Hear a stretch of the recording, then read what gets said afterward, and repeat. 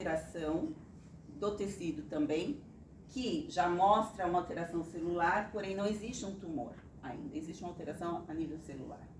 T1S, já existe uma alteração com um tumorzinho lá. E T1 e T2, o tumor já está avançado, né, e grande, então você pode ter até já invasão de linfonodos. O N é relacionado aos linfonodos. Linfonodos são as cadeinhas de nódulos que a gente tem em certas partes do nosso corpo que ajudam a produzir nossas células de defesa, que são as células brancas.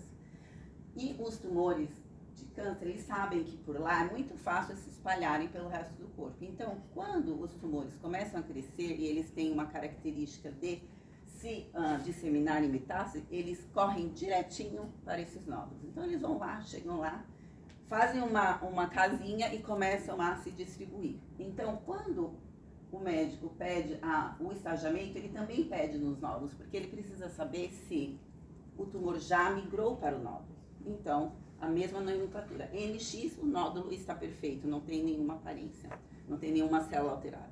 N0 tem alguma outra célula alterada, mas não é uma célula considerada uma célula cancerígena ainda. N1, N2, N3 são os levels, os níveis de, como diria, infestação. Eles já estão. Nível 1 é o primeiro nível, já tem presença de célula. O 2 já está alterado nos nódulos, e o nível 3 já está sendo disseminado por outras partes do corpo. E o M refere-se à presença de metástase. Então, M0 não tem metástase, que é aquela célula que estava na mama, no tumor primário. Ela não saiu de lá, ela ficou lá, então no corpo não apareceu. E quando tem um M1, aquele tumor primário da mama, ele já está em alguma parte do corpo.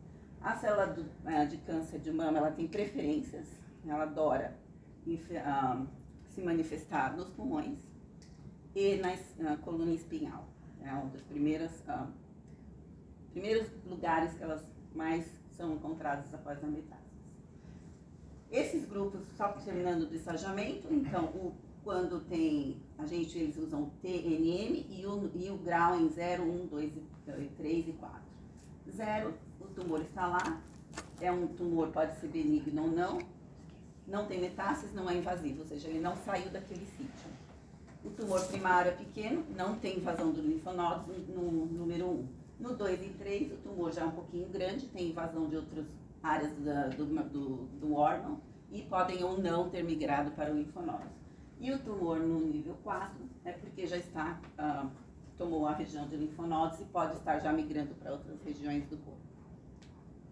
Aqui só uma fotinho aqui a gente vê, o vermelhinho seria o tumor, no estágio 1, 2, 3 e 4. Só para ficar mais visual. Aqui ele está infestado, vocês veem na última foto, no pulmão.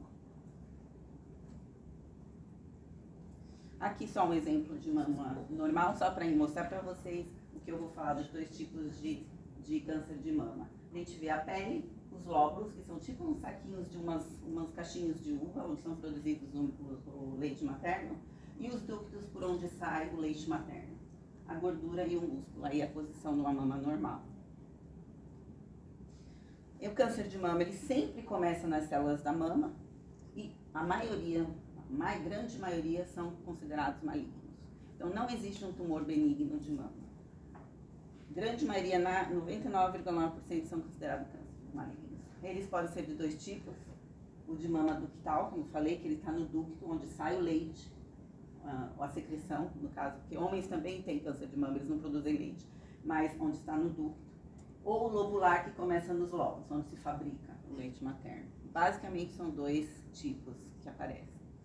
Os homens também podem ter câncer de mama, como foi dito já. O tratamento é basicamente o mesmo, inclusive lampectomia, mastectomia, quimioterapia ou radioterapia. A abordagem, entretanto, é diferente. Muitos dos homens não têm tanto a questão da autoimagem, porque ele já não tinha aquela mama, então não é tão agressivo, mas pode ocorrer. E a incidência é menor, 1 para cada 1000.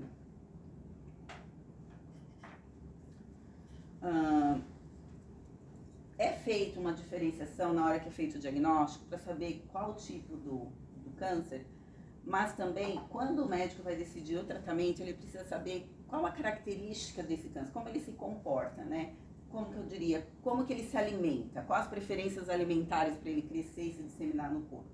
Então, o que eles viram? Que quando eles fazem o estagiamento, além disso, eu preciso saber com testes específicos que eu vou mencionar, se eles são receptores hormonais, que seriam de estrogênio e progesterona, ou se eles são, e se eles têm um outro termo que eu só vou mencionar, não vou fundo porque é muito específico, se ele é um tumor receptor de HER2, que também é importante, é importante para eles determinarem o tratamento. Como eles fazem esse diagnóstico? Através da biópsia, aqui a gente vê um médico com ultrassom e uma seringa, é um tipo de biópsia, pode ser com cortinho, depende da escolha do médico e da avaliação dele. Aqui a gente vê uma tomografia e uma ressonância magnética, um aparelho, para quem nunca fez, só por curiosidade. O diagnóstico, basicamente, é feito pela presença do nódulo, quando você faz o autoexame. Então, você vai sentir um lump, um carocinho. Retração da pele, o doutor já mostrou. Alteração da cor, espessura, textura da mama. Muitas pessoas falam, minha mama parece uma casquinha de laranja e não é mais lisinha como era. Uma espinha que nunca sara, né? Secreção ou perda de líquidos pelo mamilo, espontaneamente, sendo que você não está no período de amamentação. Ou retração e alteração da forma do mamilo. O mamilo é puxado para dentro, ele fica tortinho para um lado, tortinho para o outro. O diagnóstico básico é feito com a história da doença, sinais e sintomas que eu acabei de mencionar. Importante, história familiar, inclusive se você teve parentes, né, relativos que teve câncer, próximos ou distantes, isso é importante falar na história para o médico. É usado exame de sangue, tomografia com contraste, ressonância magnética, PET scan, como se fosse uma tomografia do corpo inteiro para ver se tem metástase, raio-x de ósseos e tórax para ver se tem alguma manifestação em pulmão já, biópsia do tumor, biomarcadores, ER e HER status, que eu acabei de falar, e testes genéticos. Esses são o pacote mínimo. Se você for no médico, isso aqui é o mínimo que você vai ter que fazer para sair com o seu diagnóstico e o tratamento direcionado para o tratamento. Eu achei importante mencionar que, como tem sido dito, o câncer de mama eles tem acontecido em mulheres cada vez mais jovens, então na idade de fertilidade, entre 35 e 45 anos. Então, se você tem uma suspeita de estar com câncer, tem que fazer um teste de gravidez, para saber se está grávida ou não. Se não estiver grávida, mas pretende ainda estar grávida no futuro, procurar um especialista em fertilidade, porque tem opções para você guardar seu óvulo, né? Fazer um planejamento familiar mesmo, se você tem que fazer o tratamento. Não engravidar de jeito nenhum, né? Porque o tratamento é incompatível com a gravidez e vai afetar o feto e não vai ser uma boa coisa. Para os maridos ou os parceiros, banco de sêmen ou óvulos, ou se é o caso do câncer de mama no homem, e procurar sempre uma ajuda, né, uma ajuda psicológica, porque é uma fase que demanda bastante da força e do direcionamento correto, e um profissional da área de psicologia definitivamente é imprescindível. Genética em câncer, isso é bem novo, né? Novo, diria 20 anos para cá, eles falam que a genética e o câncer podem trabalhar junto em vista de prevenir. Então, testes genéticos são disponíveis, já foi dito. 1 em cada 10 cânceres de mama pode ser hereditário, pode ser. E os testes que hoje eles fazem mais comuns para detectar são o BRCA1 e BRCA2. São os testes que são indicados para reconhecer câncer de mama antecipadamente. Tratamentos. Tratamento maior, o objetivo maior do tratamento é diminuir a disseminação do tumor. Então, é parar que ele cresça, parar que ele se dissemine, que ele caia na corrente sanguínea, na corrente linfática, imediatamente. Reduzir dor, se existe dor, e o desconforto. E, óbvio, a cura, né, em última instância. Existem mais de um tipo de tratamento, que são os locais, com cirurgia, radiação e ablação. A ablação seria a lumpectomia, que você vai tirar um pedacinho. A terapia sistêmica, quimioterapia, terapia-alvo e terapia hormonal. Pode-se combinar mais de um tipo, isso aí depende da característica de cada tumor e como ele está invadido. Como Em tudo na vida as respostas são diferentes em cada indivíduo. Muita gente pode estar super bem e não sentir nada, como pode passar muito mal, ou não regredir o tumor tão fácil. Então, por favor, não comparem. É interessante conversar com pessoas da mesma situação, mas não se comparar. Né? Não existe o que é certo ou errado, existe o que é bom para você. Fatores desconhecidos são envolvidos na resposta ao tratamento. Então, ninguém pode falar, não, porque a pessoa não fumou, então vai ser pior. Não existe isso, né? Desconhecido. Isso temos que esperar o dia a dia. A mastectomia é um dos tratamentos. Linfadenectomia, que tirar os linfonodos que estavam próximos do tumor. Então, se é do lado direito, vão ser esvaziados toda a cadeia do lado direito, para não dar oportunidade de nenhuma mísera célula chegar no linfonodo e distribuir para o corpo. E, como tratamento, eu incluí aqui a reconstrução da mama, como o Dr. bem explicou, eu não vou sobre isso, que pode ser imediata. Ele fala que para ele não, na opinião dele, ele não faria ou não. Então, isso depende da escolha do médico e do paciente, né, o que é bom para os dois. Rapidamente aqui, ele já passou essa slide melhor que meu. Um tecido que foi tirado, um pedacinho só que chama quadrantectomia, e quando a mama é toda retirada. Aqui é uma imagem de uma radioterapia, que é onde são incidências de prótons, íons de prótons em alta intensidade, para tentar diminuir o tamanho e aniquilar aquelas células cancerígenas, e a quimioterapia, que é uma terapia sistêmica. Então, na quimioterapia, você não destrói somente as células do câncer, você acaba destruindo algumas outras suscetíveis, então você tem vários efeitos colaterais, iniciando com alopécia, perda de cabelo, você perde bastante peso, porque você destrói muito o seu sistema digestivo, a célula do sistema digestivo, você para de sentir muito gosto, tem as náuseas, os vômitos, as mucosites, porque o nosso sistema do trato digestório é muito, muito, muito suscetível à quimioterapia, é um dos primeiros que são atingidos. Então, a quimioterapia sistêmica é uma das mais agressivas, na minha opinião. Isso é o meu dia a dia, eu posso falar com muita propriedade. Né? Eu trouxe só um adendo de clinical trials, porque aqui nos Estados Unidos existem muitas opções para pessoas que querem participar dos clinical trials. Que é o quê? Você se submete, você se candidata a um grupo de pesquisas de uma droga nova, ou de uma droga que não é nova, mas eles estão usando uma diferente dosagem. E tem bastante gente que participa. Eu não sei dizer se tem custo ou não, eu sei que é interessante. É uma coisa muito aqui no Brasil, muito nos Estados Unidos, mais que no Brasil. E as pessoas falam, mas eu vou ser cobaia. Não é bem cobaia, né? É tudo sério, são estudos sérios. Isso a gente vê todo dia, principalmente no hospital que eu trabalho. As pessoas vão voluntariamente, se inscrevem, né? E o objetivo dos clinical trials é para encontrar para melhorar o tratamento, né? Do que está sendo feito. Ou o que eles estão inventando e estão testando, né? Avaliar o tratamento, como ele está sendo bem sucedido ou não, em porcentagem, com dados fidedignos.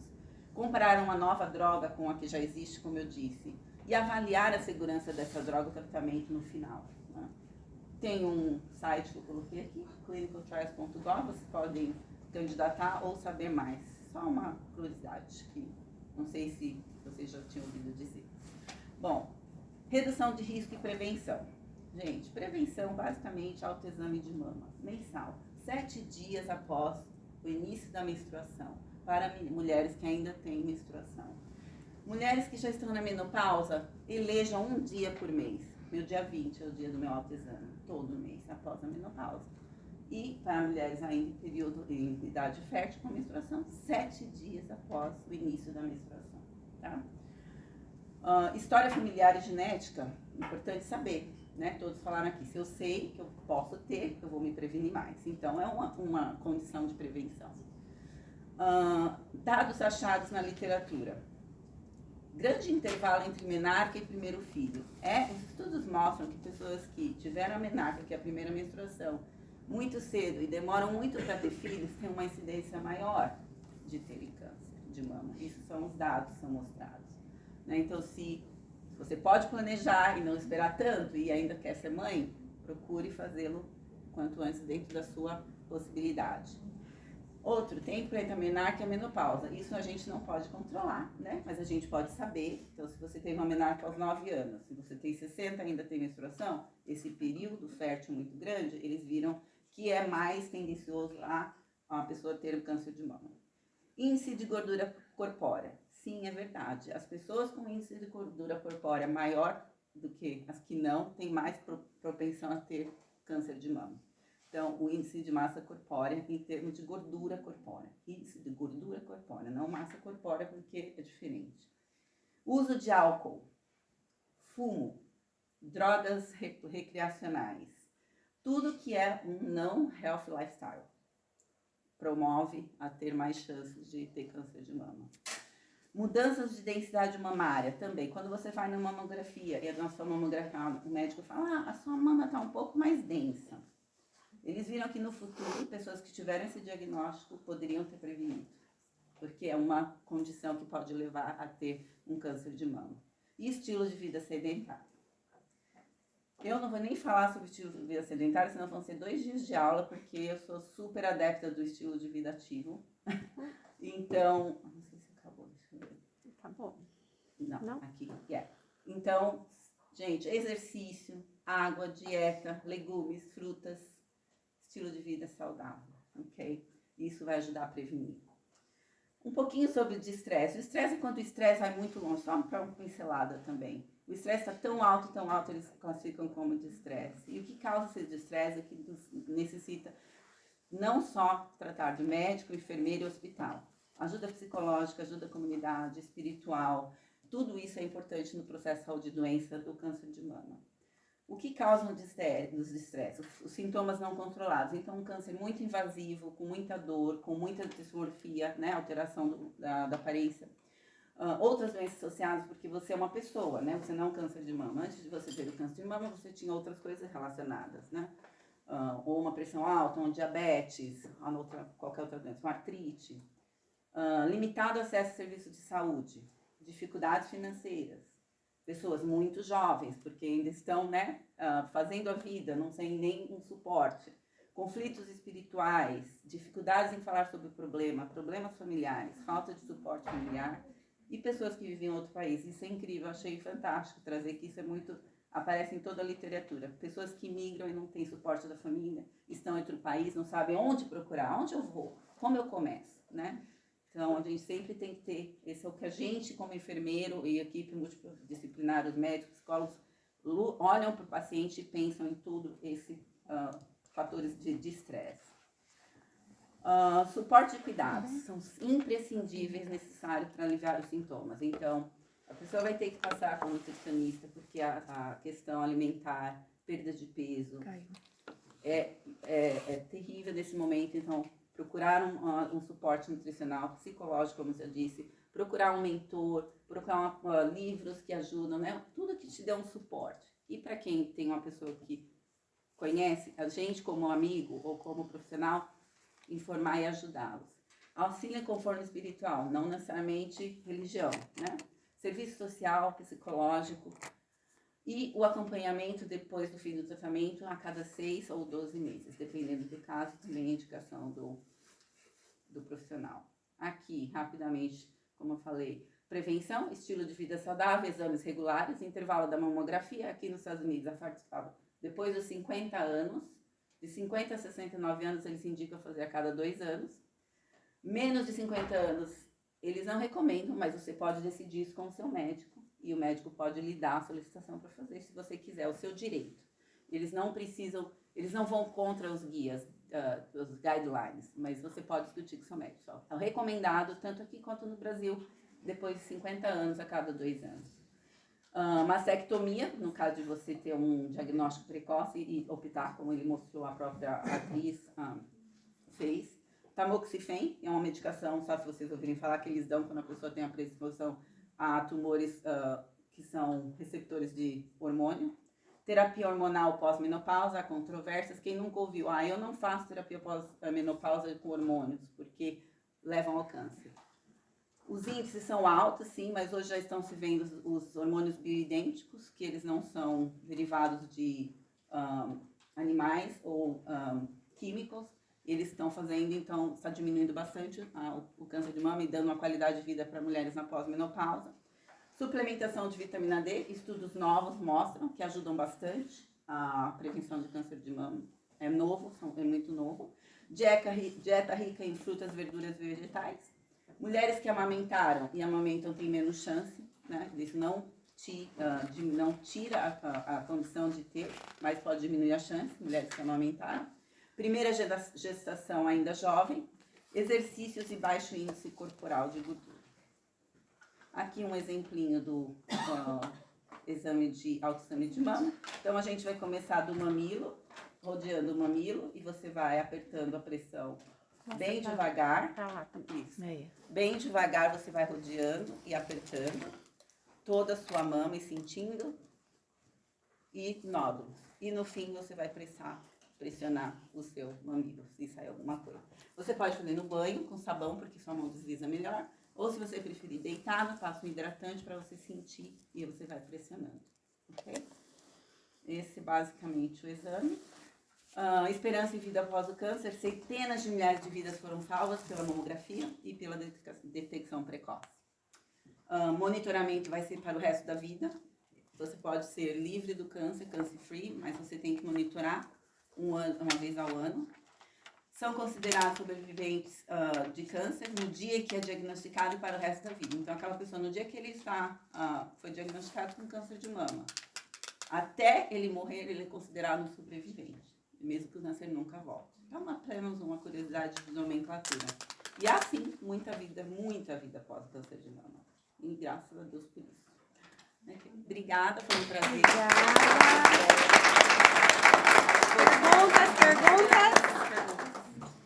Perguntas rápidas, que a gente está contra o tempo agora.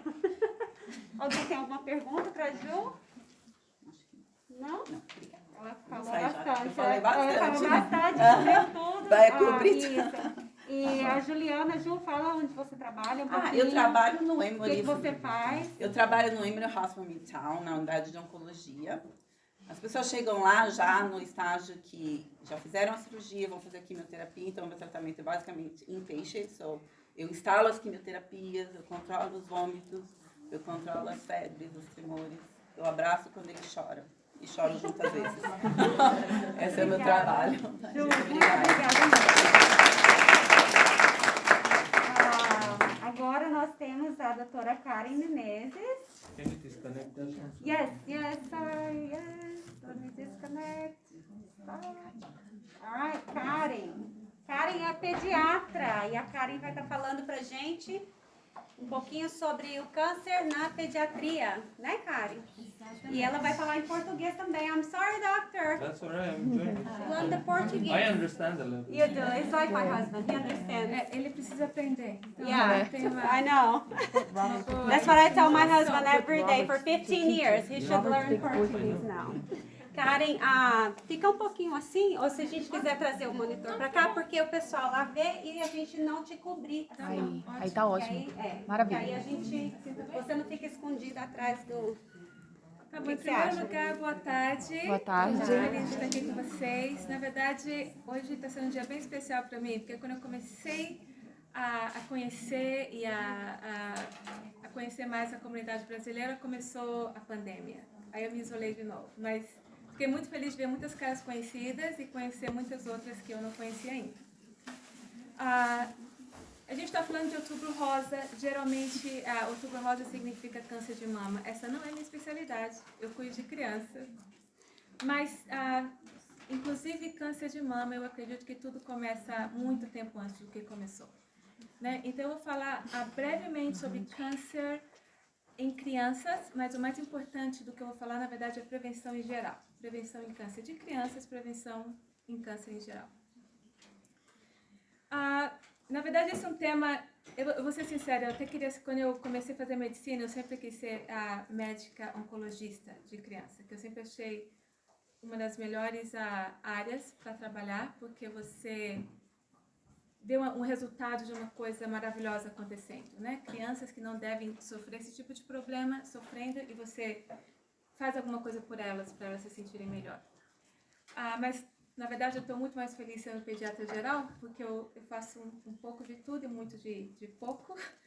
E na verdade, está sendo... Eu adoro trabalhar com criança e descobrir os problemas que elas têm. E eu já, inclusive, não... Câncer de criança é muito diferente de câncer de adulto, mas a verdade é que eu, em físicos normais, já descobri pelo menos uns 5 começos de câncer. Então, acaba sendo, começando da mesma coisa que o Dr. Cameron falou, e a Juliana, que a triagem é o mais importante.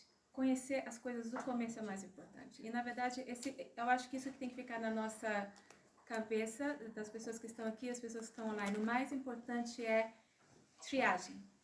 Poder detectar antes de que comece a ser de uma forma mais agressiva. Então, câncer de criança é considerado N-câncer antes de 18 anos de idade. E, infelizmente, nós vemos até em babies que já nascem com câncer. Não é comum, mas acontece. Geralmente, os tumores, o câncer mais comum para criança é câncer do sangue, que nós conhecemos como leucemia, e tumores sólidos, que seriam mais comum os cânceres do cérebro, tumores cerebrais. A sobrevida, em câncer, geralmente nós falamos de sobrevida quando eles vivem por mais de 5 anos, qual que é o pronóstico de viver por mais de 5 anos. Em criança, pode ser muito diverso, porque realmente depende do grau que foi detectado e o tipo de câncer, mas pode ser de 90% a 2%. Eu realmente não vou em muitos details sobre estatística, porque, como eu falei, eu quero mais colocar ênfase em prevenção. Mas no final da apresentação vocês podem me perguntar qualquer coisa que não ficou bem esclarecido, tá bom? Infelizmente, todos os dias tem muita criança sendo diagnosticada com câncer. Aqui nos Estados Unidos, 46 crianças são por dia.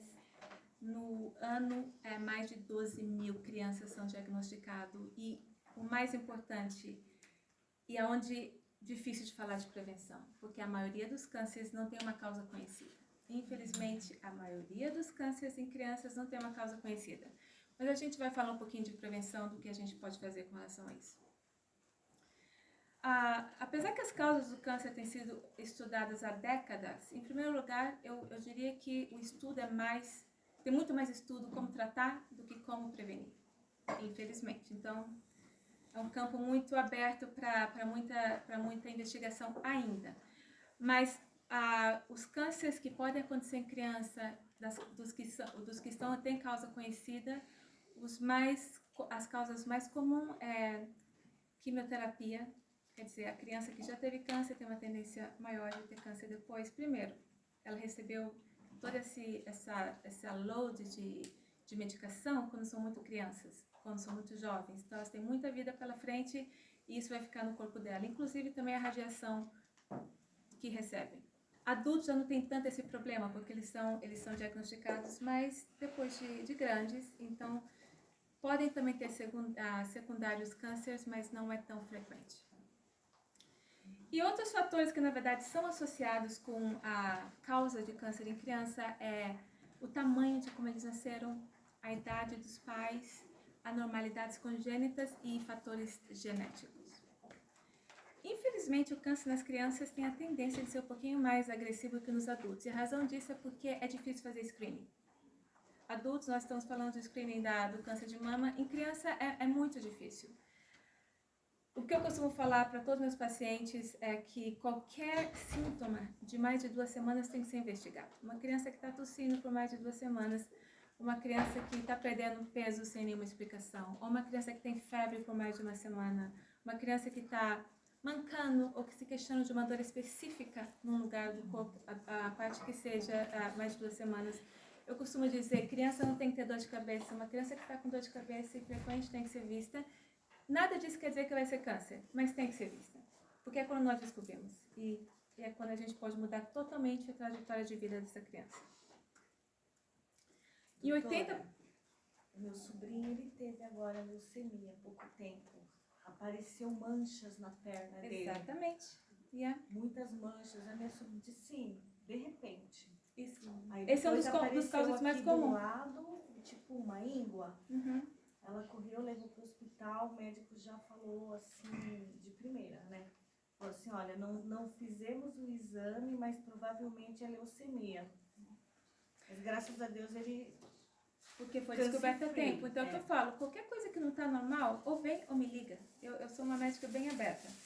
Eu acho que eu trato mãe com respeito, porque mãe conhece o filho delas, né? Então, se você acha que não está normal, não necessariamente você precisa vir, mas a mãe deve se comunicar com o médico de cabeceira do filho, porque a gente vai falar, não, isso não tem nenhuma preocupação. Ou eu falo, eu quero que você venha para cá em 5 minutos. Então, geralmente, o mais importante é a comunicação entre a família e o pediatra. Eu não vou falar muito de tratamento também, aberto para perguntas, ok? Porque a leucemia é o mais comum, existem muitos outros casos. O tratamento pode ser durante 1 ano a 3 anos. Crianças é muito diferente, elas têm relapsos muito mais seguidos que adultos. Então, é um tema para bastante horas de apresentação. Mas uma coisa muito importante que eu gosto de comentar é que em 80% dos casos, o diagnóstico do câncer da criança é tardio.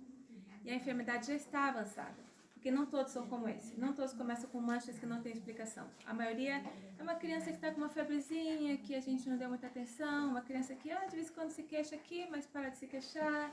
Uma dor nas costas, uma dor que as pessoas acham que de repente é dor de crescimento e é insidioso. A maioria delas é dor de crescimento, isso é interessante, mas muitas vezes se perdem diagnósticos assim, então a maioria dos casos estão avançados.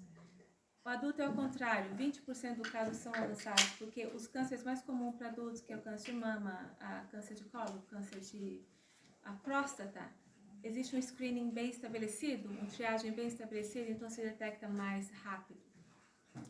Alguns tipos de câncer pediátrico têm aumentado a sobrevida, mas hoje em dia, em geral, a maioria dos cânceres de criança, de cada 5 crianças, uma não vai sobreviver.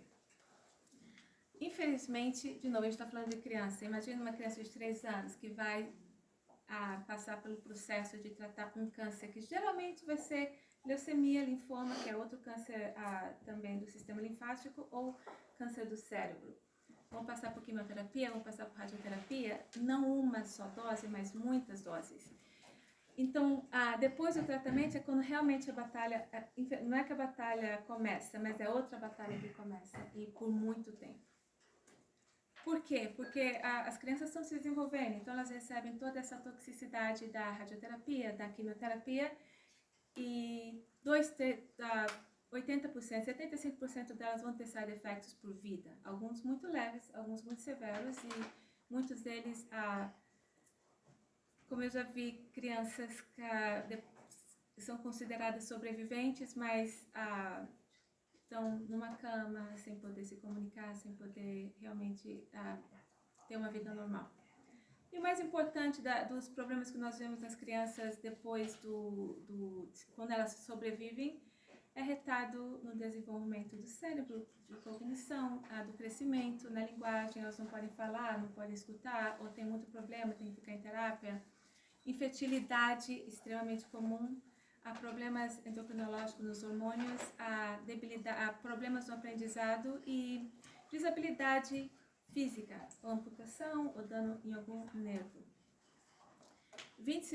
Como eu falei, 25% vão ter severo efeitos secundários, mas 75% vão ter algum tipo de efeito secundário. Então, a verdade é que é muito importante. A maioria dos pacientes adultos que sobrevivem a câncer, eles sobrevivem a câncer com essa mulher completamente saudável que a gente vê na frente da gente. As crianças não são assim. Elas carregam, não todas, leucemia na verdade é um dos mais, tem melhores pronósticos e melhor a capacidade de ver por muitos anos sem nenhum efeito secundário. Mas as crianças têm mais tendência de carregar esses efeitos secundários porque receberam muito mais tratamento, relapsaram algumas vezes e receberam esse tratamento quando tudo estava ainda em formação no corpo delas, o que é diferente do adulto. Uma coisa interessante que é muito importante comentar é que o mais importante depois do tratamento é acompanhamento. É importantíssimo, porque às vezes acontece de você ter outro tipo de câncer ou outro tipo de problemas.